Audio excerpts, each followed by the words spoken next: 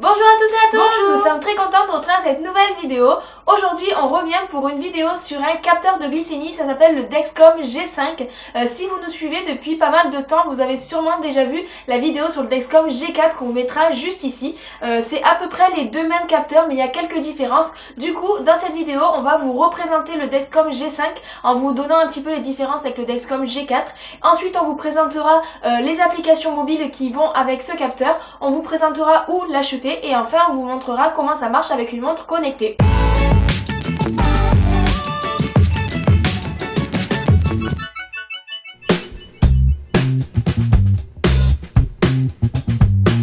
Ce qu'il faut savoir, c'est que tout ce matériel qu'on vous présente aujourd'hui n'est pas remboursé par la sécurité sociale. Donc voilà, le Dexcom G5 n'est pas remboursé par la sécurité sociale. Du coup là je vous présente un petit peu le matériel qui existe et ensuite à la fin on vous dira les prix, les tarifs de tout ça. Donc restez bien jusqu'à la fin pour savoir tout ça. Donc d'abord dans un premier temps nous avons les capteurs, donc c'est les mêmes que pour le Dexcom G4. Ensuite nous avons le transmetteur, donc c'est ce petit coquillage là. Celui-là par contre il diffère du Dexcom G4 et sa particularité c'est qu'il communique en Bluetooth avec le récepteur. Et donc le récepteur nous avons soit celui-là, donc c'est le même que le Dexcom G4 ce récepteur là, et vous pouvez aussi avoir l'application donc qui communique directement avec le téléphone, donc le téléphone sert aussi de récepteur. Vous l'avez compris, le Dexcom G5 est un capteur qui envoie les données directement au téléphone, ce qui est plutôt intéressant puisque l'application, enfin les applications mobiles sont gratuites comparées au récepteur Dexcom qui lui est payant. Par contre cela dit il assure une certaine sécurité puisqu'en fait si le téléphone ne marche plus ou l'application ne marche plus etc, on a quand même le récepteur de sécurité pour pouvoir quand même avoir les glycémies du Dexcom sur un appareil. Donc on va vous présenter maintenant les applications qu'il y a sur les téléphones. Il faut savoir que les applications sont installables aussi bien sur Apple que sur Android.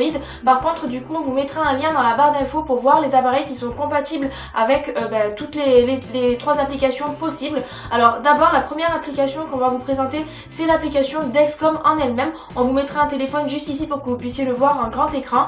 Alors cette application elle est toute simple, elle reçoit la glycémie du capteur Dexcom directement dessus. Donc du coup sur la page d'accueil on voit la glycémie qui est écrit en gros au milieu avec la flèche de tendance comme sur un freestyle, c'est à dire que la flèche soit elle descend, soit elle est diagonale, stable ou alors elle monte. Et ensuite on a en dessous la courbe avec différentes couleurs, jaune si c'est hyper, gris si c'est dans la cible et rouge si c'est normal, sachant que ces données là sont paramétrables dans les réglages pour choisir ces valeurs d'hyper, d'hypo. Moi je les ai réglées plutôt hautes parce que quand on met une valeur d'hyper trop basse, il faut savoir que le téléphone sonne tout le temps. Donc comme moi j'ai au travail et que j'ai pas envie que ça sonne tout le temps, j'ai mis ça à 2 pour pas que ça sonne toute la journée. Ensuite on voit en haut un petit lecteur, ça c'est le lecteur quand on clique dessus qui nous permet de calibrer, donc de rentrer une glycémie dessus.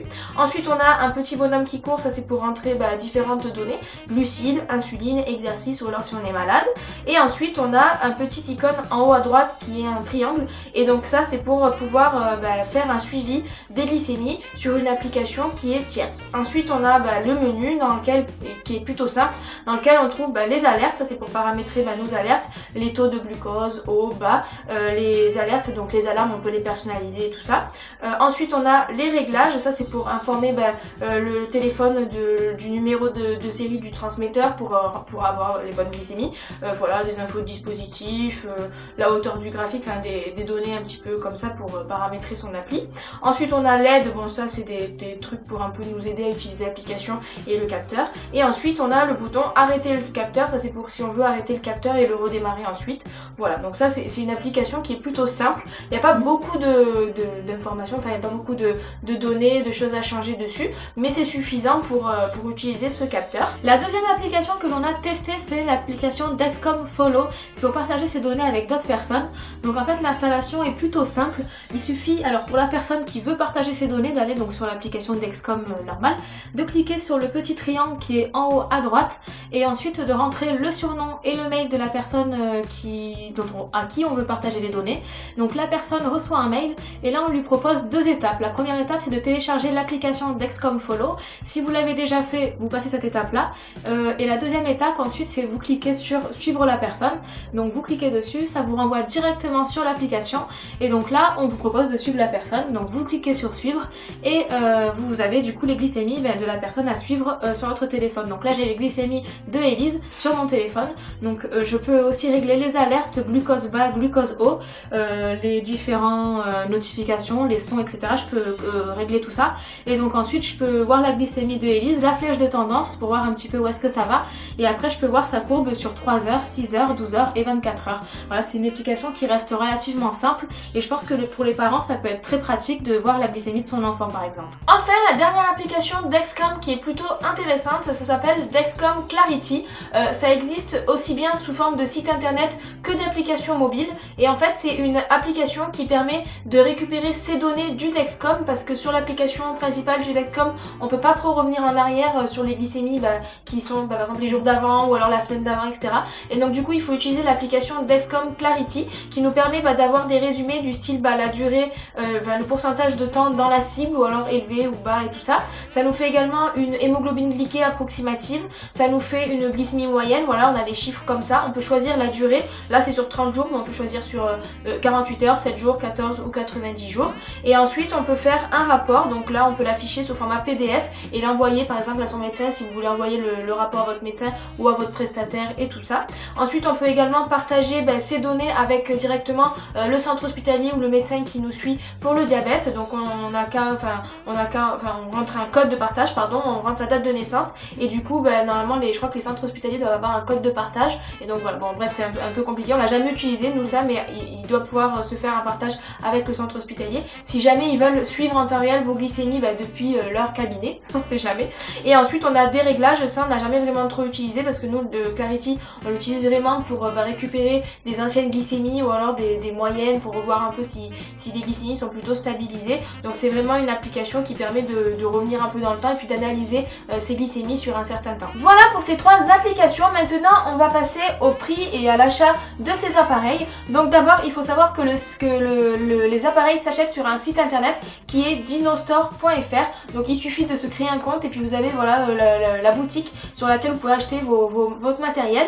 Alors concernant les prix, on a d'abord les capteurs du Dexcom G4 qui sont compatibles avec le G5 qui coûtent sur le site internet 201 € la boîte de 4. Donc sachant qu'une boîte comme ça nous sert en théorie pour un mois, sachant que nous on arrive à faire tirer un capteur 2 voire 3 semaines, donc c'est vrai que du coup une boîte ça peut facilement nous faire 2 voire 3 mois si on arrive à utiliser le Dexcom longtemps.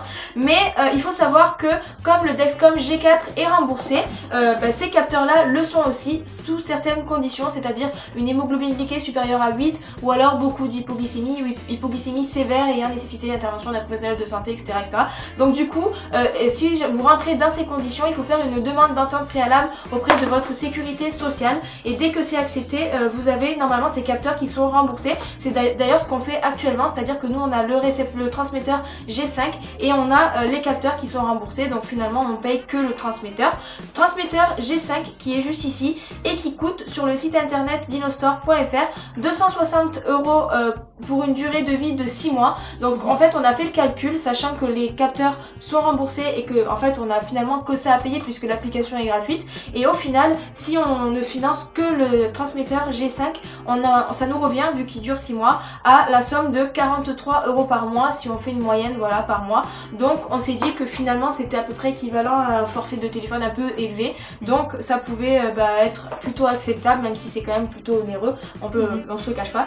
Et ensuite on a le récepteur, donc comme je l'ai dit on a l'application qui est gratuite mais par sécurité c'est vrai que c'est quand même bien d'avoir aussi le récepteur G5 parce que si jamais l'application ne marche plus comme il est récemment arrivé pour un concurrent, et c'est bien aussi quand même d'avoir le récepteur G5 qui coûte sur le site internet dinostore.fr 391 €. Donc c'est une somme, mais sachant que ce récepteur là je crois pas qu'il ait une durée de vie particulière, mais en tout cas il s'utilise sur un premier transmetteur qui dure 6 mois, puis sur un autre, jusqu'à qu'il ne marche plus. Donc bon, on va dire que ça peut être facilement sur 2 voire 3 ans si le récepteur tient au niveau de la batterie, enfin de la durée de vie de l'appareil. Et ça c'est à vendre sur le site dinostore.fr pour la modique somme de 1 €. 1 € symbolique, on vous l'offre. On le garde. Et enfin un dernier point qui nous semble relativement bien par rapport au Dexcom G5.